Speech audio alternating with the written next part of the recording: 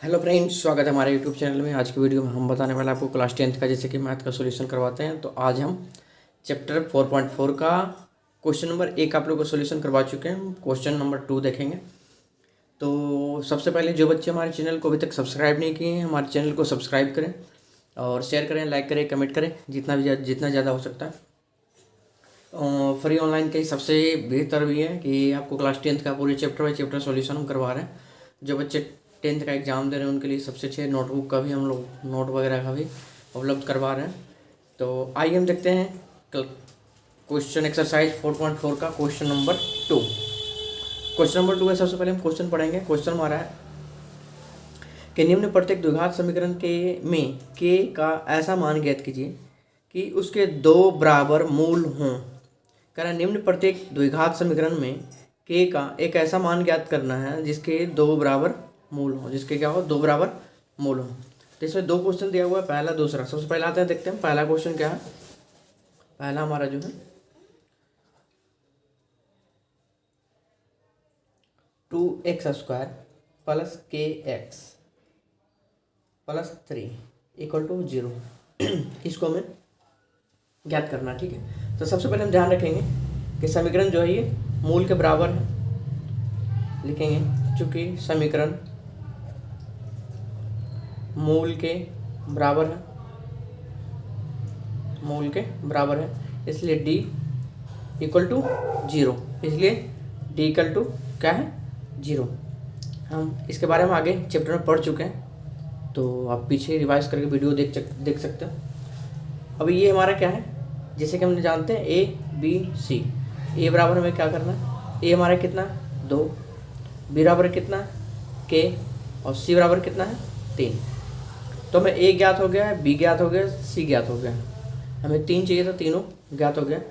Formula हमारा क्या होता है? d बराबर जो फॉर्मूला होता है b² माइनस 4ac। ये हमारा फॉर्मूला था, आप याद रखिएगा हमेशा। d बराबर क्या होता है? Formula b² minus 4ac। b² minus 4ac b है, 6 समझिएगा। अब इसे क्या करेंगे? इसको हम पुट करेंगे तो b कितना? k है, क्या लिखेंगे? k का स्क्वायर माइनस 4ac। a कितना? a 2 है, c कितना है? 3 है। तो लिखेंगे k² माइनस 4 दूनी 8 दिया 24, k² माइनस 24। ठीक है, अब इसको लिख सकते हैं k² बराबर, ये क्या हो जाएगा? इधर आ जाएगा तो प्लस में प्लस 24, इधर आ जाएगा तो क्या हो जाएगा? प्लस में हो जाएगा। ऐसा माइनस में तो ये प्लस में हो जाएगा। तो k बराबर क्या हो जाएगा? √24। स्क्वायर हट गया तो रूट में आ गया। k बराबर, अब के इसको क्या लिख सकते हैं? √24 को हम लिख सकते हैं, जानते हो क्या? 24 है, तो 24 को जब हम करेंगे 2 12 2 छक 12 2 तिया 6, यानी 2 2 एक साथ हो गया, यानी 2 बाहर निकल जाएगा, 2 तिया 6, यानी 2√6। इसको हम क्या लिख सकते हैं? 2√6, क्योंकि 2 2 बाहर निकल गया 2 और 2 तिया 6 ये बच गया, दोनों अलग अलग हो गया, तो 2 तिया 6 हो गया, 2√6। तो क्या बराबर क्या हो जाएगा? के बराबर हमारा हो जाएगा 2√6। के बराबर √6, ये प्लस माइनस में है, के बराबर √6। तो एक हमारा ये हो सकता है कि प्लस 2√6 प्लस 2√6, या एक हो सकता है माइनस 2√6। एक प्लस हो सकता है या एक माइनस हो सकता है। ठीक है, इस तरह से हमारा पहला इसका रिजल्व हो गया। देखेंगे दूसरा। इसका दूसरा क्वेश्चन जो दिया हुआ है, दूसरा kx into x minus 2 plus 6 equal to 0, plus 6 equal to 0। तो सेम उसी तरह से इसको बनाएंगे। ठीक है, सबसे पहले इसको हम रिजॉल्व कर लेते हैं। क्या करते हैं? इसको हम रिजॉल्व करते हैं। जब इससे इसको मल्टीपल करेंगे तो क्या हो जाएगा? kx²। kx इसको इससे गुना करेंगे तो kx² माइनस 2 है, माइनस प्लस माइनस गुना करेंगे तो माइनस kx इंटू 2kx जब गुना करेंगे क्या हो जाएगा? 2kx। ठीक है, प्लस 6 है, प्लस 6 इक्वल टू 0 जैसे वैसे मैंने छोड़ दिया। ठीक है, इसमें कोई दिक्कत नहीं।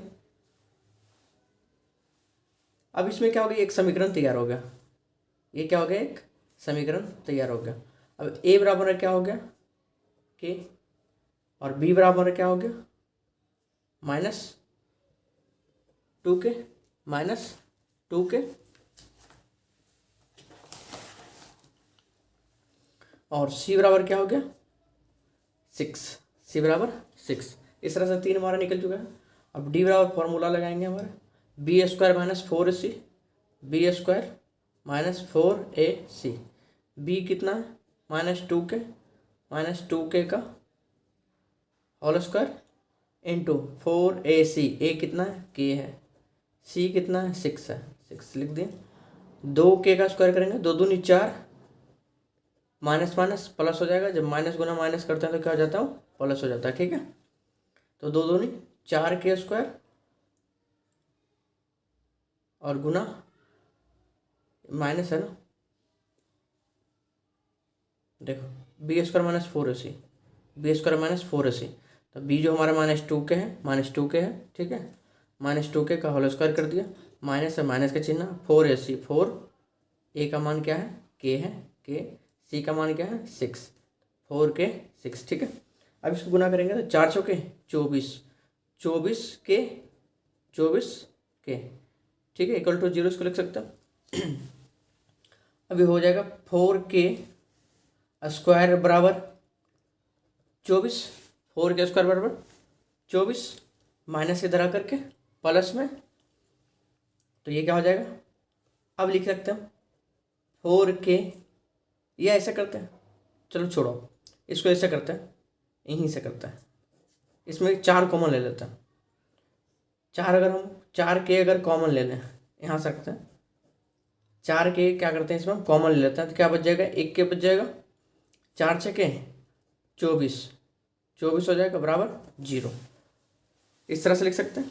4k हमने क्या किया कॉमन ले लिया, तो क्या बच जाएगा 1k बच गया, 4 छके 24, 6 बच गया, k तो हमने कॉमन ले लिया था, k - 6 बच गया, 4k इंटू k - 6, तो एक हमारा जो आ जाएगा 4 के बराबर लिख सकते हैं 0, एक हो जाएगा k - 6 इक्वल टू 0, तो k बराबर 0/4, k बराबर 0/4,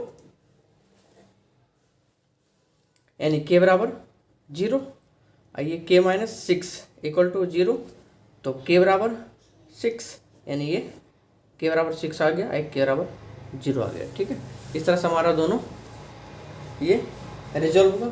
नेक्स्ट क्वेश्चन नंबर देखेंगे हम तीसरा, आइए देखते हैं क्वेश्चन नंबर तीसरा। उम्मीद करेंगे आप लोग को समझ में आया होगा, बस ये नॉर्मली रिजॉल्व था, आपको मैंने दिखा दिया। क्वेश्चन नंबर देखेंगे तीसरा,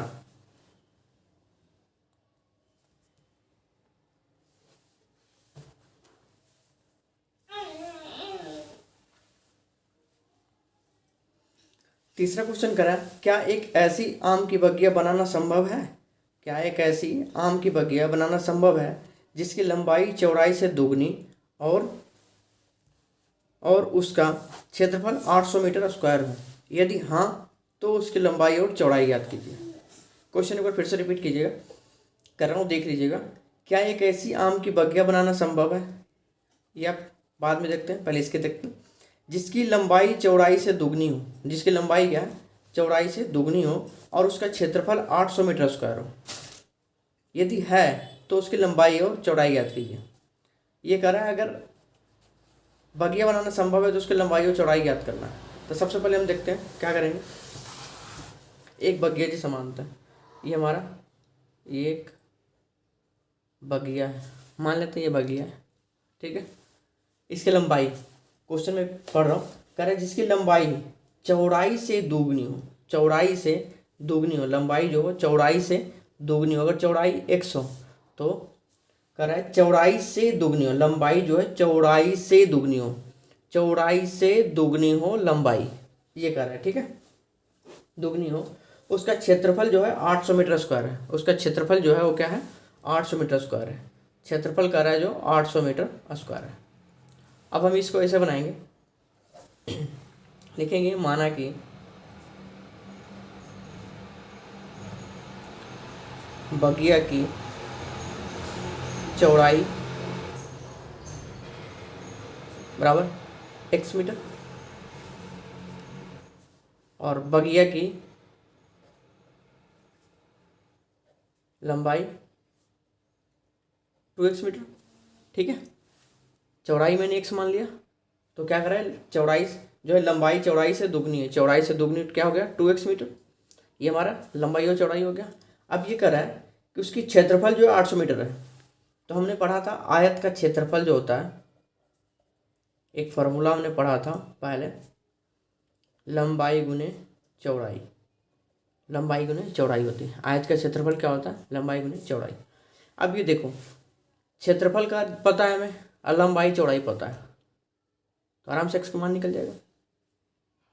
तो हम क्या करेंगे, क्षेत्रफल हमारा कितना बोल रहा है, 800 मीटर स्क्वायर बोल रहा है,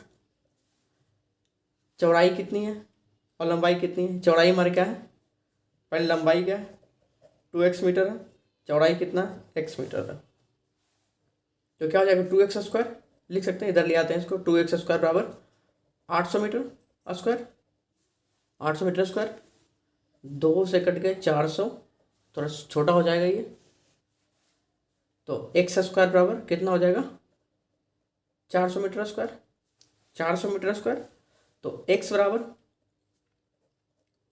अंडर रूट 400, तो x बराबर क्या हो जाएगा 20 का स्क्वायर 400, यानी x बराबर क्या हो जाएगा 20 मीटर हो जाएगा।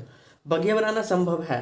अब कैसा संभव है कि उसकी जो मान जो है ऋणात्मक नहीं होती, हमेशा पॉजिटिव आ रही है, पॉजिटिव है, यानी इसका मान क्या है, बगिया बनाना ये संभव है। तो हम इसको लिख सकते हैं, इसका बगिया बनाना संभव है,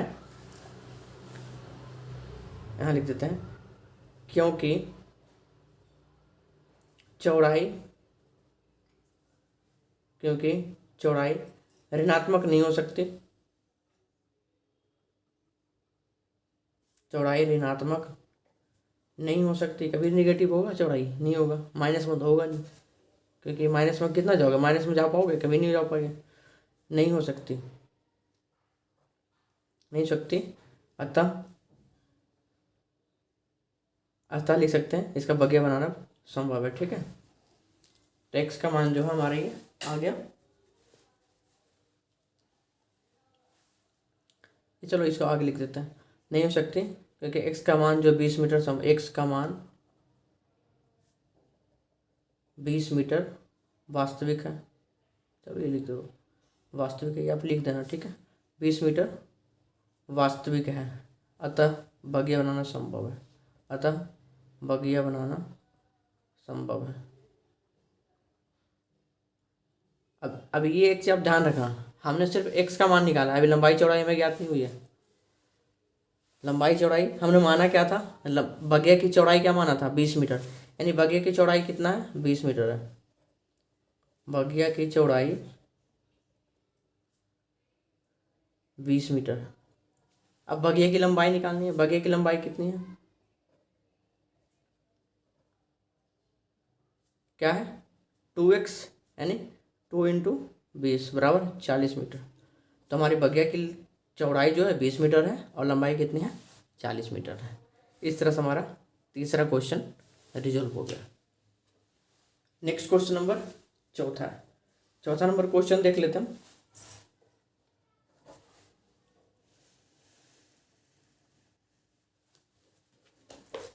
चौथा नंबर क्वेश्चन कह रहा, क्या निम्न स्थिति संभव है, यदि है तो उनकी वर्तमान आयु ज्ञात कीजिए। कह रहा 2 मित्रों की आयु का योग 20 वर्ष है, 2 मित्रों का जो है आयु का योग क्या है 20 वर्ष है, 4 वर्ष पूर्व उनकी आयु वर्षों का गुणनफल 48 है, 48 था। क्वेश्चन फिर से मैं रिपीट कर रहा हूँ, 2 मित्रों की आयु का योग जो है 20 वर्ष है, मान लेते 2 मित्र है कोई जिसका आयु क्या है 20 वर्ष है, 4 वर्ष पूर्व उनकी आयु का गुणनफल जो 48 था, 4 वर्ष पूर्व जो था उनकी आयु का गुणनफल क्या था 48 था। तो हम इसको ऐसे करेंगे, देखेंगे,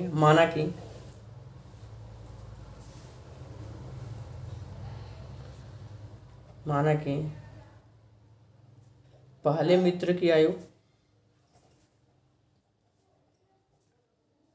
x वर्ष, माना कि पहले मित्र की आयु x वर्ष, तो दूसरे मित्र की आयु,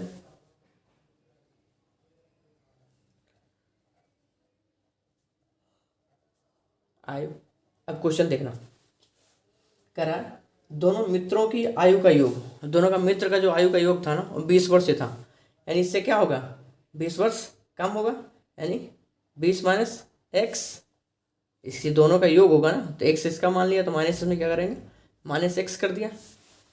जैसे कि पहले कह रहा है कि माना कि पहले मित्र का आयु x वर्ष है, दूसरे मित्र की आयु का हमने निकाला है, तो ये कह रहा है क्वेश्चन कर रहा है दो मित्रों की आयु का योग, दो मित्र का आयु का योग है, तो हमने एक का x मान लिया, तो दूसरी में उसको क्या करेंगे घटा देंगे, 20 माइनस एक्स, दोनों 20 में जो हमारा योग बता रहे हैं उसमें क्या करेंगे माइनस कर देंगे, तो 20 माइनस एक्स, यानी दूसरे मित्र का आयु क्या है 20 माइनस एक्स है, अभी दूसरे मित्र का आयु हो गया 20 माइनस एक्स। अब ये कह रहा है कि 4 वर्ष पूर्व उनकी आयु का योग, 4 वर्ष पूर्व जो है उनकी आयु का योग, तो लिखेंगे 4 वर्ष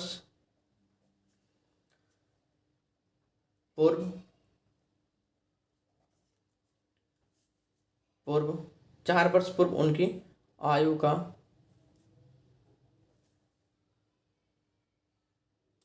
4 वर्ष पूर्व उनकी आयु का गुणनफल करना ना 48 है, तो 4 वर्ष पूर्व उनकी आयु क्या होगा, तो 4 वर्ष पूर्व उनकी आयु क्या होगा 4 वर्ष पहले, तो x माइनस 4, पहले क्या हो जाएगा x माइनस 4, इसमें 4 वर्ष पहले कर रहा है, यानी x में क्या करेंगे माइनस 4 करेंगे, तो x माइनस 4 4 वर्ष पहले।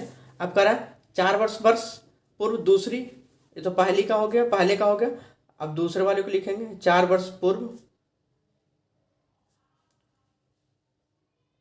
दूसरे मित्र की आयु, इसमें लिखना 4 वर्ष पूर्व पहले मित्र का आयु, यहाँ लिख देना पहले मित्र की आयु, पहले मित्र की आयु उनकी कर देना, पहले मित्र की आयु, दूसरे में लिखेंगे 4 वर्ष पूर्व जो हो दूसरे मित्र की आयु, तो 20 माइनस एक्स माइनस 4, इसमें भी माइनस 4 कर दिया, 4 वर्ष ये भी पीछे चला गया, जैसे 4 वर्ष ये पीछे गया तो 4 वर्ष ये भी पीछे गया, ठीक है।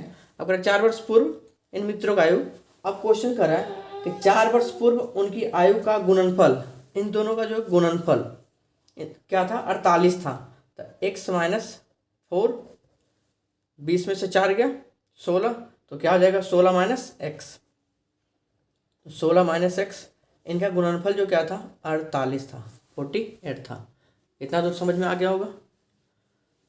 इन दोनों का गुणनफल क्या है, कर रहा है कि दो मित्रों की आयु का योग 20 वर्ष है, 4 वर्ष पूर्व उनकी आयु का गुणनफल 48 था, उनके आयु, इन दोनों का आयु का गुणनफल क्या हो गया 48 हो गया।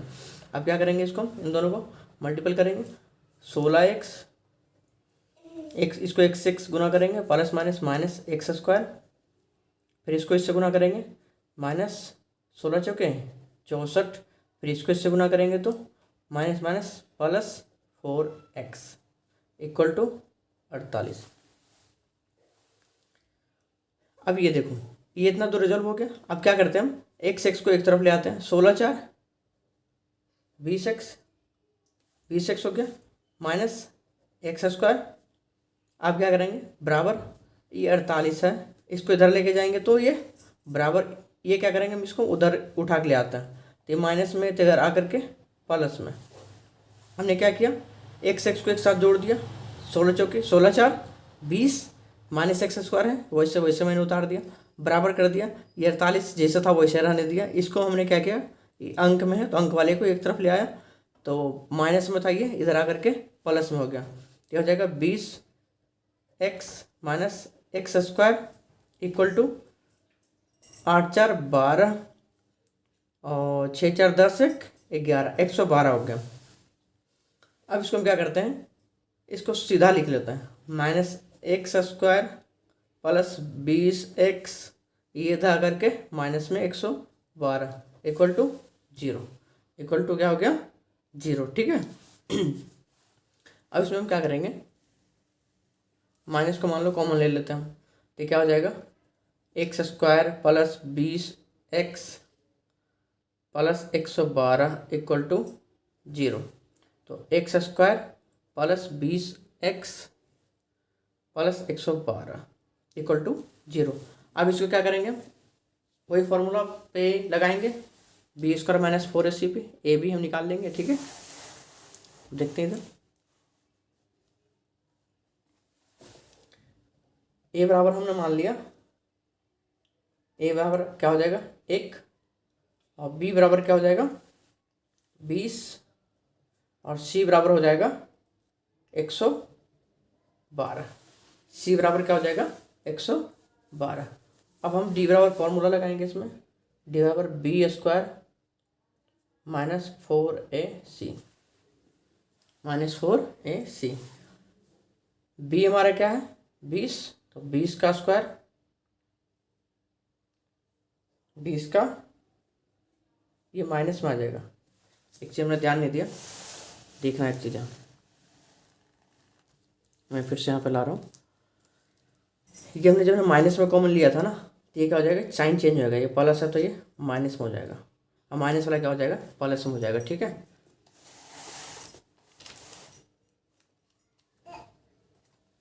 तो हो जाएगा माइनस 20 का स्क्वायर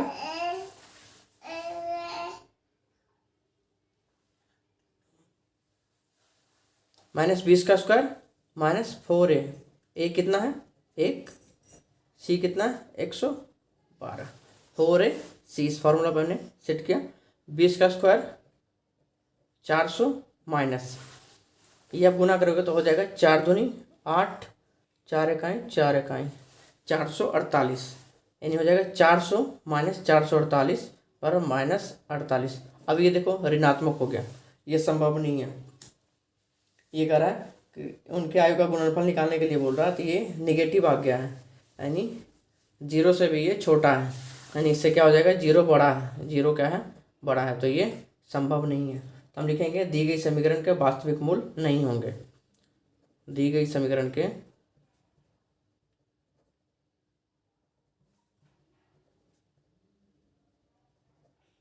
वास्तविक मूल नहीं होंगे, अतः दी गई स्थिति संभव नहीं है, अतः दी गई स्थिति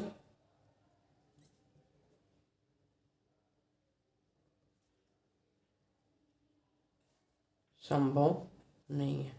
ठीक है, इस तरह से हमारा ये क्वेश्चन नंबर 4 भी रिजॉल्व हो गया।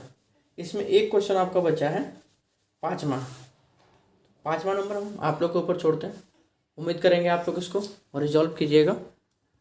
तो आज के लिए फ़िलहाल इतना ही, ठीक है, बाकी नहीं होता तो नेक्स्ट वीडियो में आप लोग को बता दूंगा, और नेक्स्ट वीडियो में आपका समांतर श्रेणी चैप्टर स्टार्ट हो जाएगा, क्योंकि इसके बाद आपका 5वां एक्सरसाइज है। तो हम अगले वीडियो में आपको ये क्वेश्चन 5वां क्वेश्चन साथ में वो चैप्टर भी स्टार्ट कर देंगे। आज के लिए फिलहाल थैंक यू, धन्यवाद।